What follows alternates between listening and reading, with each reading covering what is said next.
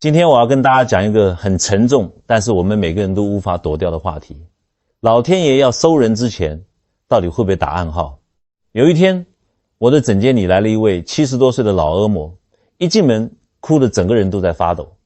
他抓着我的手，上气不接下气地跟我说：“尼斯啊，我牵手在加护病房里走了。”阿嬷哭着回忆说，走的那天晚上，医师还特地把他叫到病房外面，跟他说：“阿嬷，你看，阿公现在各项指数都很平稳哦，心跳70几，血压也有维持住，虽然有在用药，但今晚是没事的，你先回家休息啦。”阿嬷听了医师的话，心里的大石头总算放下了，想说老伴这关算是挺过去了。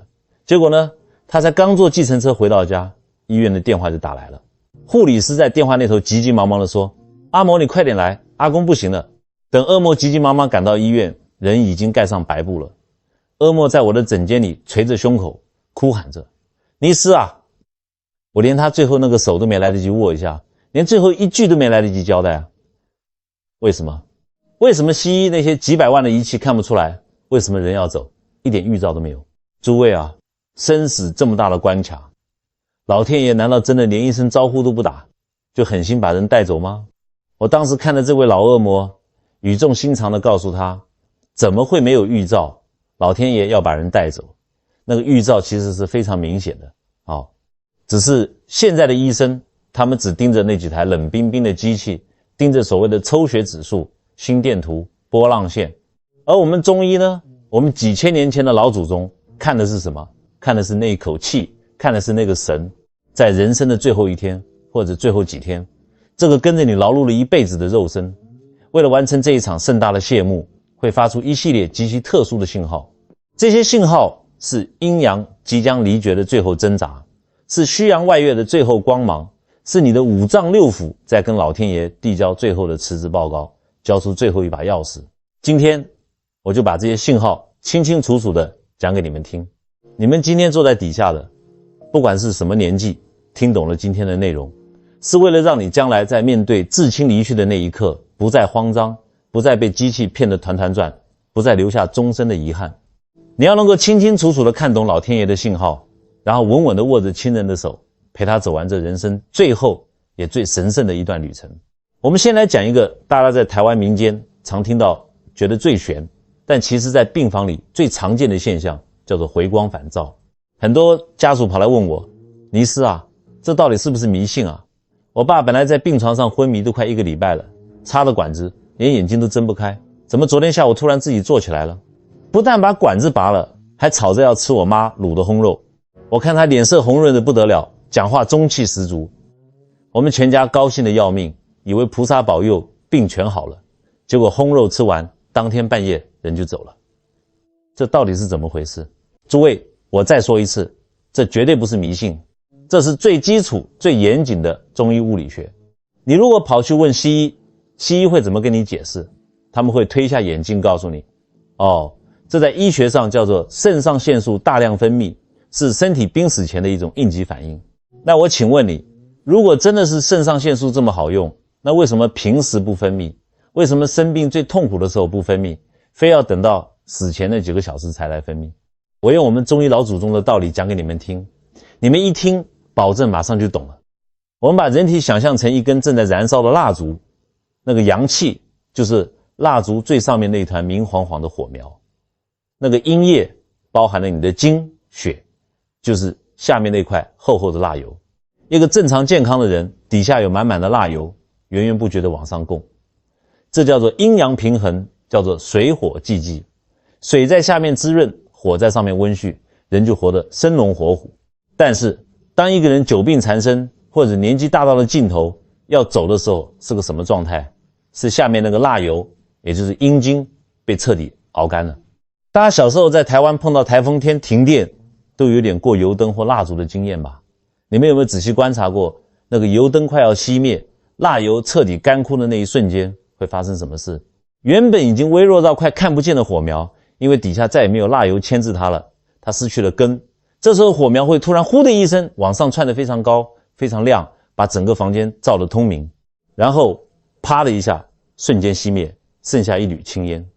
这就叫做回光返照。在中医里叫做残灯复明，也叫做虚阳外越。人体里面仅存的那最后一点点阳气，因为底下的阴血干枯了，它没有根了，它抓不住了，所以它必须要浮出来，它要散掉。这一浮出来，全部冲到头面上，你的脸色就红了，看起来像擦了胭脂一样，你的精神就来了。原本没力气讲话的，突然大声交代后事；原本吃不下东西的，脾胃的最后一点残阳被激发，突然食欲大开，吵着要吃大鱼大肉。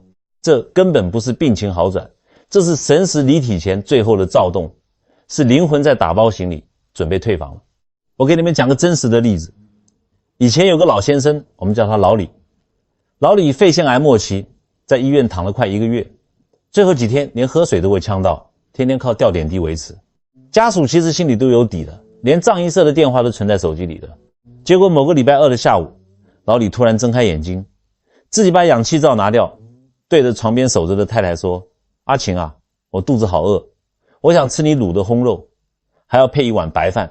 对了，再去给我泡一壶老人茶。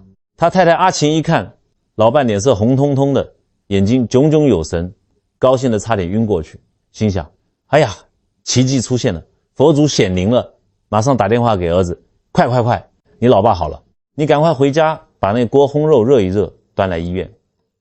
儿子一听，高兴的把藏医社的电话都给删了。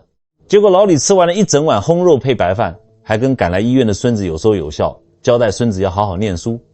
到了晚上8点多，老李笑着跟太太说：阿琴啊，我吃饱了，好累哦，我睡一下。这一睡，半夜2点，心电图直接拉成一条直线。阿琴在病房里哭得撕心裂肺，怎么也想不通，下午还在吃烘肉的人，半夜就没了。诸位啊，你们今天听了我的课，以后遇到这种情况，千万不要再盲目高兴了。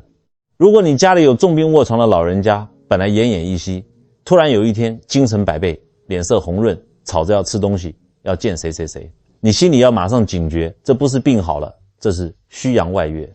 这时候你该怎么办？你要在心里默默流泪，但是脸上要挂着微笑，顺着他。他想吃烘肉，你就给他弄一小口；他想喝茶，你就给他泡。最重要的是什么？赶快打电话，把在外面工作的儿子、女儿、亲戚朋友全部叫回病床前。你要知道，这是老天爷，是佛菩萨慈悲，给你们全家留下最后2-3个小时的告别时间。错过这个时间，火苗一灭，这辈子就再也见不到了。听懂了没有？诸位，刚才我们讲完了回光返照，接下来我要把临终前另外几个最关键的征兆，结合我们中医《黄帝内经》的理论，一个一个拆解给你们听。这些征兆其实就是你身体里的5脏6腑在递交最后的辞职报告。我们从人体的上焦，也就是心和肝开始讲起。很多家属来找我，红着眼眶说：尼师啊，我妈这2天好奇怪，一直胡言乱语。她明明躺在床上动不了，却一直用手在半空中抓啊抓的，说要收拾行李，说她要出远门了。更邪门的是，她一直盯着病房的天花板角角，叫着我那过世30年的阿公的名字，说阿公骑着铁马来接她了。这是不是卡到阴啊？要不要请师公来收经？你去问西医，西医拿着脑部断层扫描跟你说，这是脑部微血管缺氧导致神经错乱产生的幻觉，给他打镇静剂让他睡就好。错，大错特错。诸位，这哪里是什么幻觉，这是心不藏神的表现啊。我们中医讲心主神明，你的心脏就像是一个温暖的房子，里面住着你的神识，也就是你的灵魂。当一个人走到生命的尽头，心脏的功能衰竭到一定程度，这个房子破洞了，漏风了，他再也锁不住这个神了，这个神魂就会开始游离，开始在这个3维空间的边缘徘徊。在中医看来，这时候老人家的大脑虽然衰弱，但他的神识已经跨越了时间和空间的限制，他在潜意识里正在整理他这一生的行囊。如果他看到了已故的亲人来接他，你千万不要去反驳他。很多不懂事的年轻人会在病床旁边大声喊：妈，你在讲什么？你看错了啦！你这一吼，老人家原本平静的心神会受到极大的惊吓和拉扯，他会产生恐惧，走得非常不安稳。我告诉你正确的做法，你要顺着他，你要握着他的手，温柔地跟他说：妈，阿公来接你啦，那你不要急，行李我帮你收好，阿公在外面等，你跟着阿公慢慢走，不要怕哦，家里的事情我们都会顾好，让他安心，因为那是接引他的人，是他潜意识里最信任的安全感，听懂了吗？第二个征兆就是老人家会突然看不清楚东西，明明你这个最疼爱的大儿子就站在床边，他却眯着眼睛看半天，问你是谁啊？是阿红吗？还是阿明？这是为什么？这叫做肝在关窗。我们中医说肝开窍于目，你的眼睛能看清楚五彩缤纷的世界，全靠肝脏里的肝血在滋养。当一个人走到最后，肝血已经彻底干枯了，就像滋养眼睛的油灯没油了，这扇看世界的窗户自然就黑了，关上了。但是诸位要注意听这个但是，他虽然看不见你，但他听得见，因为在中医物理学里，肾开窍于耳，肾脏是我们人体的先天之本，是生命的最后一道防线，它永远是最后一个才下班的。所以人的听觉往往是临终时最后一个消失的感官，很多人不知道这个道理，看老人家眼睛闭上了没反应了，就在病房外面大吵大闹，甚至为了争遗产当场吵起来。诸位啊，老人家躺在那里，眼睛虽然看不见，但他耳朵听得清清楚楚啊，你让他带着这种心寒和愤怒走，你于心何忍？所以当你发现长辈视力模糊，甚至闭上眼睛时，你要凑到他的耳边，轻轻地跟他说说话，告诉他，爸，我是阿红，我就在这里陪你，你这辈子辛苦了，我们都很爱你，你放心放下吧。这句话会顺着他的听觉安抚他最后的神识。接下来这个信号我每次讲心里都非常难受，这条最扎心。你们有没有注意过，很多老人家不管是阿公还是阿嬷，在断气走的那一瞬间，眼角会突然滑落一滴眼泪，就这么一滴顺着满是皱纹的脸颊流下来，民间俗称这叫做慈母泪或者是感恩泪。西医怎么解释？西医又来了，他们说这是因为临终前肌肉失去控制，泪腺松弛，所以液体自然流出来。这种冷冰冰的解释简直是糟蹋了我们中国人最深厚的情感。我们中医讲什么？肝在夜为泪，刚才说了，肝血已经干枯了，哪里来的眼泪？诸位，那是肝脏在面临崩解的最后一刻，用尽所有的力量挤出的最后一滴精血，化作了这一滴泪水。这滴眼泪里面藏着什么？藏着一个老母亲对这个世界，对她生下来的这些儿女最深沉的爱与不舍。你回想一下你身边的长辈，他们这辈子年轻时为了多赚几块钱给你们缴学费，忍气吞声，老了为了帮你们带孙子，腰酸背痛也不敢抱怨，到了要走的那一刻，他心里想的是什么？是我那个大儿子房贷还清了没？我那个小女儿脾气那么倔，以后会不会被婆家欺负？他心里有太多放不下的牵挂，有太多对这个世界的眷恋，也有对老天爷让他这一辈子能拥有这个家庭的感恩。这所有的情绪糅合成了这最后一滴肝经化成的眼泪。当你看到这滴眼泪的时候，不要慌着拿卫生纸去乱擦，你要轻轻帮他拭去，然后在心里告诉他，妈，您的恩情我们收到了，您未完的牵挂我们来扛。最后我们讲上焦衰竭的最后一个铁证，连一滴水都咽不下去了。很多家属在这个阶段最容易犯下残忍的错误，看老人家好几天没吃没喝，嘴巴干裂，家属急得像热锅上的蚂蚁，拿着汤匙硬要把水或者米汤往老人家嘴里灌。结果呢，水一倒进去，老人家爆发出极其剧烈的咳嗽，咳得满脸通红，甚至从鼻子里喷出来，痛苦的整个人缩成一团。这时候有的庸医就会过来跟你说，家属啊，病人没办法进食了，营养不够，我们赶快给他插鼻胃管，从鼻子插一根管子到胃里去灌牛奶。诸位，我在这里拜托你们千万不要这么做，那是在造孽啊。我们中医说，咽喉者胃之官也，咽喉是通往胃府的大门，也是神气运行的通道。当一个人临终时，这里的神经和气血已经彻底断绝了，他的吞咽反射已经完全消失了。这扇大门是老天爷下令关上的，他的身体正在进行一场神圣的物理崩解过程，他的五脏六腑已经停止运作，他的身体已经不需要人世间的食物和水分了。你这个时候强行给他灌水，水根本进不了胃，只会呛到肺里面，引发严重的吸入性肺炎，让他走得更痛苦。你给他硬插一根粗粗的塑胶管，从鼻子通过喉咙，那是多么痛，多么有异物感的折磨。你让他临死前还要受这种酷刑，只为了满足你们家属觉得自己有在照顾，有尽孝道的心理安慰，这叫愚孝。记住我的话，当老人家咽门紧闭的时候，你唯一需要做的就是去药局买一包医用棉花棒，沾一点温水，轻轻地涂在老人的嘴唇上，保持嘴唇的湿润，不要让他觉得干痛就好了。放手，让他的身体以最自然的方式停机，这才是真正的慈悲，才是大孝。诸位，我们前面讲完了上焦心、肝的衰竭信号，接下来我要带你们往下看。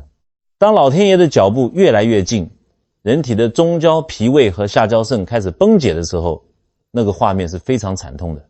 这时候家属如果不懂中医的道理，往往会因为舍不得，因为慌张，做出很多折磨老人的蠢事。你们今天把这几个信号听进去，以后绝对不要再当那种好心办坏事的不孝子孙。很多家属在照顾临终老人的时候，会突然发现一个很奇怪的现象。原本老人家虽然瘦弱，但你扶他坐起来喝水的时候，他身体多少还有一点支撑力。可是到了某一天，你一扶他，发现他的身体软得像一滩烂泥一样，那个脖子完全没有力气，头直接往后耷拉下去。你抓着他的手，那个手软绵绵的，像棉花一样往下掉。你们两个人从腋下想把他架起来换个尿布，根本架不住，整个人只往下溜。家属吓坏了，跑去问医师，医师啊，我老爸怎么突然全身骨头都像散掉了一样，软趴趴的。诸位，这在中医叫什么？这叫做脾气已绝，土崩瓦解啊。我们中医讲脾主肌肉，主四肢。一个人活着的时候，为什么你的肉捏起来是有弹性的？为什么你的手脚可以灵活弯曲，有张力？那是因为有脾气在里面撑着，这叫做气死。当生命走到尽头，脾脏的阳气彻底散尽了，你的肌肉就失去了所有的控制和提拉的力量，就像一个原本充满气的气球，突然泄了气，只剩下一层皮，软塌塌的瘫在那里。当你摸到家里长辈身体突然变得特别柔软，连一点点抗拒的力气都没有的时候，你要知道，这座名叫身体的建筑物，它的地基已经被掏空了，随时都要倒塌了。这时候请你动作放轻柔一点，不要硬拉硬拽，它的每一寸肌肉都在经历剥离的痛苦。前面我们讲了咽喉关闭吞不下去，现在我们来讲胃。我们中医治病，不管是多严重的癌症，多可怕的重症，我把脉的时候，第一件事就是看你有没有胃气。古书上说的明明白白，有胃气则生，无胃气则死。只要这个病人还能吃得下一口白米粥，喝得下一碗热汤，他的消化系统还能运作，我就有办法把他从鬼门关拉回来。但是如果他看着满桌的山珍海味，连一口都咽不下去，你就算把最顶级的高丽参炖成汤端到他嘴边，他都紧闭着嘴巴摇头，甚至你喂一点温水进去，都在他胃里咕噜咕噜打转，最后原封不动地吐出来。这说明什么？这说明他的中焦已经彻底罢工了，他身体里那个负责消化食物、转换能量的火炉已经熄灭了。这个时候没有了后天脾胃的骨气来补充，他先天的肾气就像无源之水，很快就会彻底干涸。可是你们去加护病房看看，多少家属在那边自欺欺人，哎呀，我妈3天没吃饭了，医生赶快给她打营养针，赶快给她插胃管灌牛奶。诸位啊，她的胃已经没有温度，没有蠕动的能力了，你强行灌进去的那些冰冷的化学营养液，那些粘稠的牛奶，全部积在她的胃里发酸胀气。你这不是在救她，你是在她临走前硬生生给她在肚子里塞了一块大石头，让她喘不过气，让他走得无比痛苦。放下你们那种不给吃就是不孝的执念吧，顺应天命，让他的肠胃干干净净的离开，这才是真爱。接下来这个征兆是最容易被西医误诊，也是最容易让家属陷入恐慌的。很多老人家在临终前1-2天会突然发起高烧，整个人躁动不安，一直喊着好热啊好热啊，然后拼命用手把身上的被子踢掉，连衣服都想扯下来。家属一看发高烧，吓死了，赶快叫西医来。西医拿温度计一量，39度，马上判定这是严重的肺部感染败血症状。护理师赶快拿最强的抗生素来打，赶快打退烧针，给他放冰枕。我告诉你们，你如果懂一点中医，你这个时候不要看温度计，你把手伸进老人的被窝里，你去摸摸他的胸口，再去摸摸他的脚底板，我敢向你保证，绝对是像冰块一样透心凉。这在我们中医物理学里有一个非常高深的词，叫做阴盛格阳，也叫做真寒假热。他身体里面的五脏六腑已经像冰窖一样，全是阴寒的死气了。这股庞大的寒气把身体里仅存的最后那一丁点真阳之气全部逼到了体表皮肤上，因为阳气全浮在表面，散不出去，所以你摸他的额头是烫的，他自己也觉得皮肤像火烧一样热，但他的五脏早就冻僵了。你这个时候给他打退烧的寒凉药，给他睡冰枕，等于是拿一桶冰水直接浇灭他生命最后的火种，让他瞬间暴毙。伴随着这种极寒，还会出现一个让老人非常没有尊严的现象，大小便失禁。我们中医说肾主二便，你的尿道和肛门这两个阀门的开关是靠肾阳在控制的。当底下全是寒冰，肾阳彻底断绝的时候，这个阀门就坏了，松了，关不住了。这叫做下焦虚寒到了极致的表现。这时候家属不要嫌老人家脏，更不要露出嫌恶的表情。你要知道，他心里比你更难堪，更无助。你要准备好温水、软毛巾，轻轻柔柔地帮他擦拭干净，换上干净的尿布和衣裤，让他清清爽爽、体体面面地走完最后一段路。讲完中焦，我们来讲呼吸。你只要去病房走一遭，看一眼临终病人的呼吸方式，你就全明白了。我们正常人健康的时候，呼吸是很深沉的。庄子说真人之息以渵，也就是说真正健康的人一口气吸进去，可以直接沉到脚后跟，沉到丹田里面。但是临终的人呢，你看他躺在床上，嘴巴张得大大的，像是一条被扔在岸上的鱼一样，在里面哈哈的喘气，那个呼吸非常浅，全在喉咙和胸口打转，而且最明显的特征是只有呼出去的气，没有吸进来的气。西医一看，这叫血氧浓度下降，赶快把氧气罩开到最大，甚至要把气管切开，接上呼吸器，硬打氧气进去。诸位，这有什么用？你就算给他吸200%的纯氧，他还是觉得憋气，他还是吸不进去。为什么？因为在我们中医看来，肺主呼气，肾主纳气，空气从肺吸进来之后，要靠下焦的肾脏像一个强而有力的矛一样，把这口气抓到底下去。现在他的肾脏已经彻底罢工了，那个矛断了，他失去了纳气的能力，所以不管你给他多少氧气，气都只浮在上面，根本进不了身体的循环，他的根已经断了，这棵树注定要枯萎了。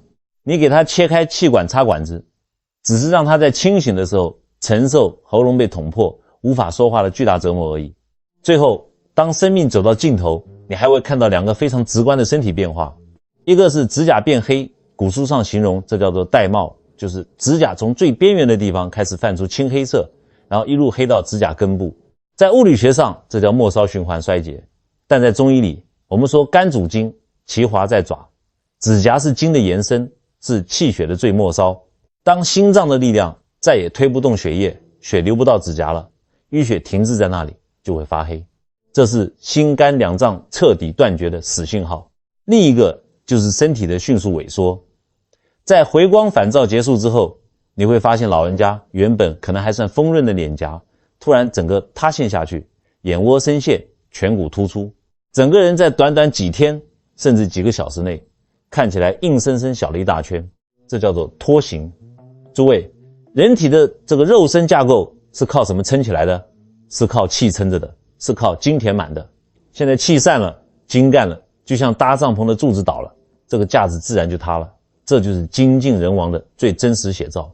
听完这些，你们心里一定很沉重，但我告诉你们，这就是自然的规律，这就是老天爷的剧本。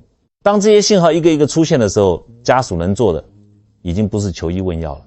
接下来我要跟你们讲一个看不到摸不着，但却是你这辈子绝对经历过最震撼也最催泪的现象，血脉的神秘感应。很多子女在外面打拼，父母在南部老家突然走了，走的那一刻，这个子女明明完全不知情，却会突然感到一阵强烈的心慌、心悸，甚至坐立难安。有的人是突然一阵没来由的鼻酸，眼泪一直掉，还有的人是连续好几天梦到老人家来找他。你去问现在的科学家，他们会用个很时髦的词来解释，叫做量子纠缠。但在我们中医里，几千年前的老祖宗早就把这个现象讲得明明白白了，这叫做气血同频。灵书里面讲，血气者，人之神。诸位啊，你身上的血，你身上的气是从哪里来的？是父母给你的。你和你的父母在宇宙的庞大磁场里是同气相求的，你们的频率完全绑定在一起，就像是同一个广播电台的讯号塔发出了不同的分支。当母亲或者父亲那个源头的母体讯号即将切断，生命能量产生剧烈崩解的那一瞬间，作为接收端的你，身体的气场绝对会产生剧烈的波动。这种波动反映在肉体上，就是胸口一阵刺痛；反映在心神上，就是你突然觉得魂不守舍。我给你们讲个真实的故事。以前有个女孩子叫阿玲，在台北的外商公司当主管，平时工作非常忙。她爸爸在台南老家，身体一直不太好，但也没什么大病。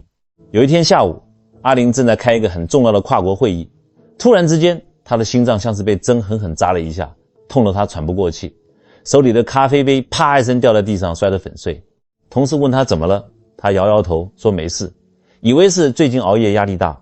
结果那天晚上，她一闭上眼睛，就梦到她老爸穿着平常最爱的那件旧衬衫，站在她台北租屋处的门口，笑眯眯地看着她，手里还拿着一颗烤地瓜，说：阿玲啊，天冷了，趁热吃，阿爸要先走咯。阿玲在梦里哭着醒来，满脸都是泪水。就在这时候，床头的手机响了，是台南老家打来的。他哥哥在电话那头哭着说：妹，阿爸刚刚在睡梦中走了。诸位啊，你们听懂了吗？为什么阿玲在开会的时候会突然心痛？为什么会梦到爸爸拿着地瓜？因为在老父亲神识离开肉体的那一瞬间，他放不下他这个在台北独自打拼的女儿啊。他用他生命最后的一丝能量，跨越了300公里的距离，去看了女儿最后一眼。所以我在这里郑重地提醒你们，如果你在外地突然莫名其妙地感到心惊肉跳，或者是打翻东西心神不宁，千万不要犹豫，不要想着哎呀明天还要开会，周末再打电话吧，马上拿起电话打回去。如果没人接，买张高铁票直接冲回家，那是你们的血脉在给你发送最后的求救信号。老人家在等你回去见最后一面，他才肯咽下最后一口气啊！错过了就是一辈子磕头都补不回来的遗憾。好，当我们赶回去了，陪伴长辈走到了生命的最后一刻，在他真正断气的那一个过程，佛家叫做四大分离，我们中医叫做五行崩解。这时候老人家的身体会非常痛苦，非常敏感，家属千万要注意以下3个大忌讳，否则你就是好心办坏事，让老人家走得痛不欲生。第一个忌讳，绝对不要在床边大哭大叫。很多家属一看到心电图平了，或者看老人家断气了，马上扑到床上去，摇晃着老人家的身体，哭天抢地喊：爸啊，你不要走啊，你走了我们怎么办啊？诸位，这是在造孽啊！临终的时候，人的听觉是最后消失的，他的神识正处于剥离肉体的边缘，就像一只乌龟要硬生生的从龟壳里被拔出来一样，非常脆弱，非常痛苦。你在旁边这样凄厉的哭喊，会让他原本准备要平静离开的心神受到极大的惊吓，他会产生巨大的恐怖以及对你们的眷恋。他心里会想，我走了孩子怎么办？他们哭得这么可怜，这一牵挂他的神识就走不开了，灵魂卡在那里不上不下，导致他走得极度不安详，甚至眼睛闭不上，死不瞑目。你真的爱他，你要把眼泪吞到肚子里，你要安静地握着他的手，靠近他的耳朵，轻声但坚定地告诉他：爸，你放心走，家里有我，我会把妈照顾好，把孩子带大。你跟着佛祖或神明的光走，不要回头，不要牵挂，这才是给他最好的送行。第二个忌讳，不要急着移动身体换衣服。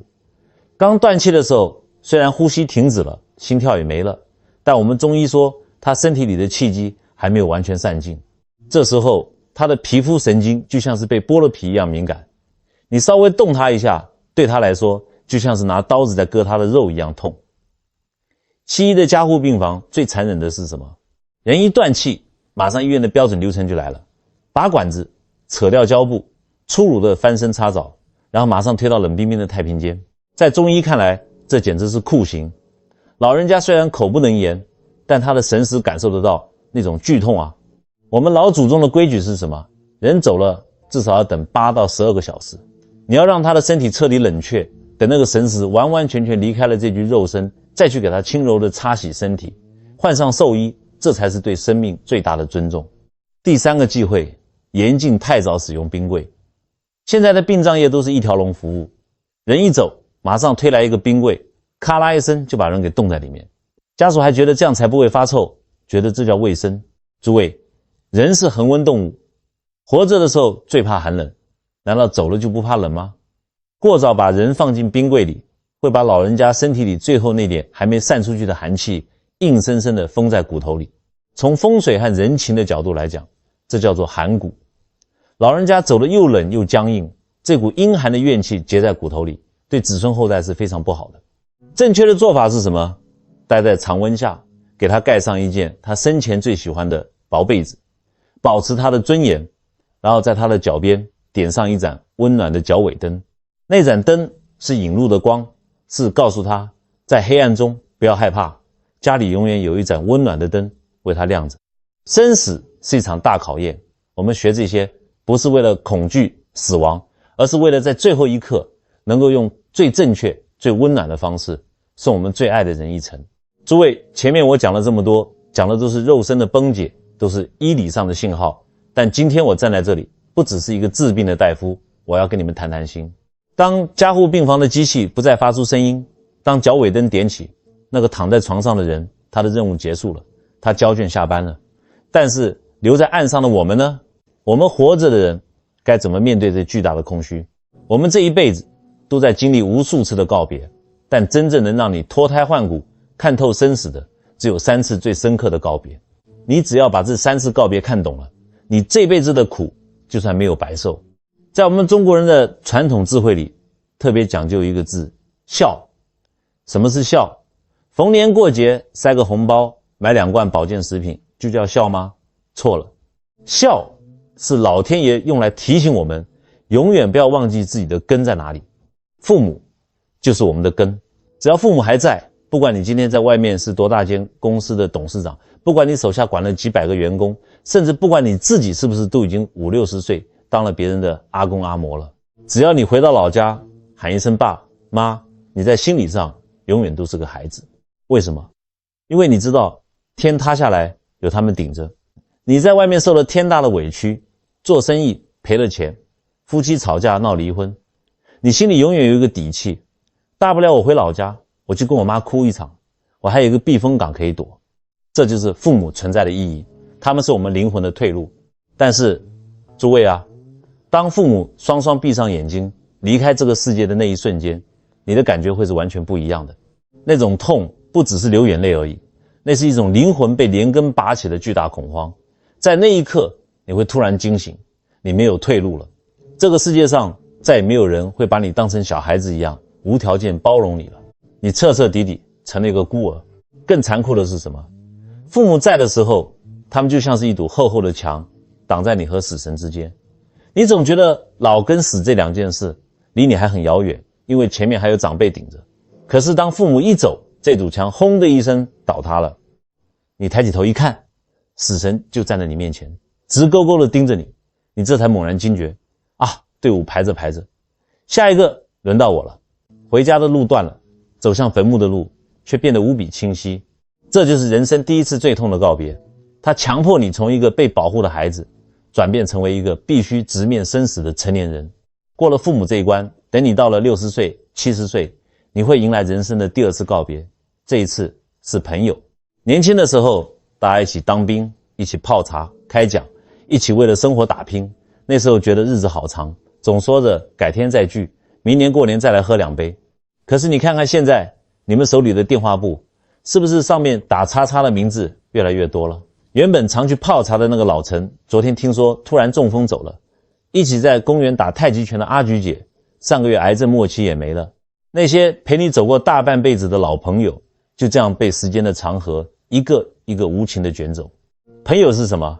朋友是你生命的镜子，你透过他们看见自己的青春，你现在也透过他们的凋零看见自己的衰老。每一次接到那种白色的讣文，你表面上是在为老朋友掉眼泪，但我告诉你，你潜意识里是在为自己倒数计时。看着同龄人一个个离开，留在岸上的我们，心里会生出一种极大的孤独感。你会发现，能懂你年轻时那些丰功伟业的人没了，能跟你聊当年那些老笑话的人不在了。在无情的时间面前，我们每个人都像是一粒微不足道的沙子。这种孤独会让你更清楚地看见，人生的最后一段路注定只能自己一个人走。最后一次告别也是最难的一关，叫做告别血亲的执着，告别那个固执的自我。很多老人家来找我算命看风水，开口闭口都是：尼斯啊，你帮我看看我这孙子以后会不会当医生，你帮我看看这块祖坟的风水能不能保佑我们家血脉兴旺，代代发大财。大家都把血脉看得比天还大。我问你们一句，血脉到底是什么？其实血脉只不过是你曾经在这个世界上来过的一张证明书而已。你的基因、你的长相、你的姓氏确实透过你的儿子、孙子传承下去了，但是那跟这个有思想、有感情、会痛会哭的你还有多大关系？等到100年之后，这个肉身烧成了灰，你还剩下什么？你还是你吗？我们中国人在《金刚经》里有一句震撼千古的名言，叫做凡所有相，皆是虚妄。你生前紧紧抓着不放的存折数字，你跟兄弟姐妹为了争一块田地结下了几十年仇恨，你为了面子跟亲家赌了那口气，这些全都是像，全都是假的，全都是带不走的。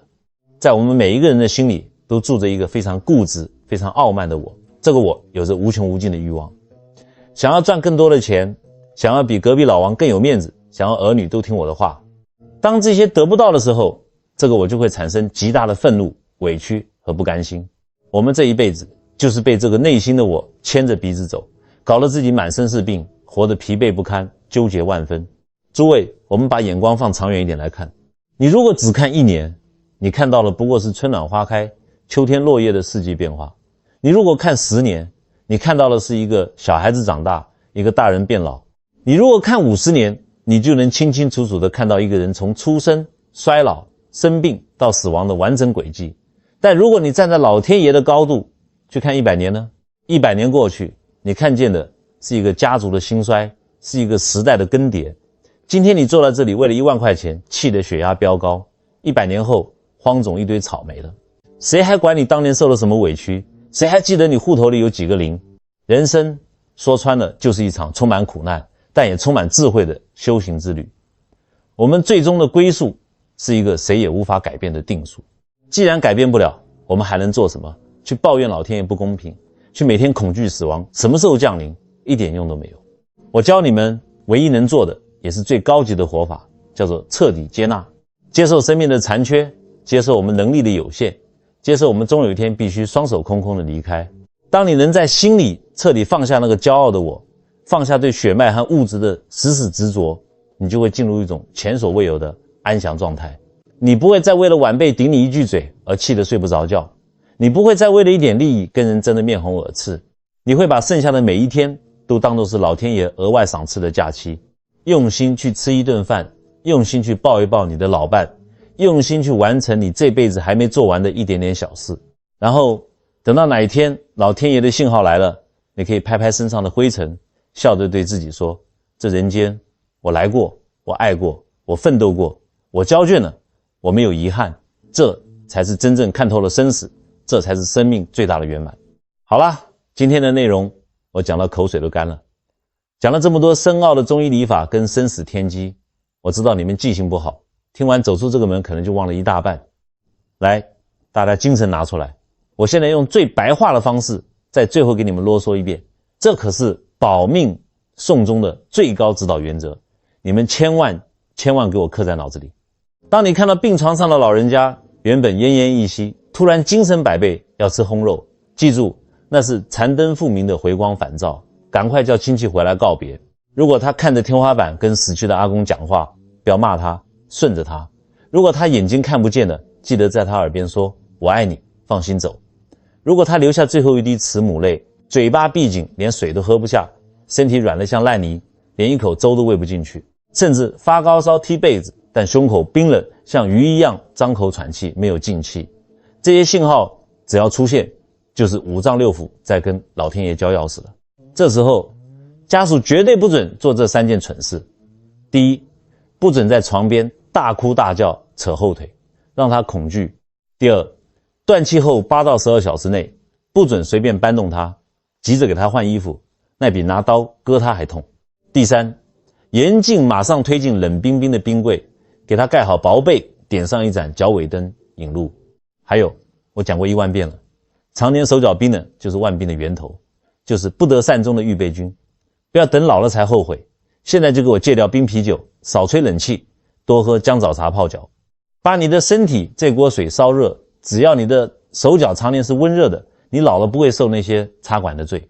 诸位，生命是一场单程旅行，希望今天的内容有那么一句话触动了你，或者让你突然明白了该怎么去面对家里正在衰老生病的长辈。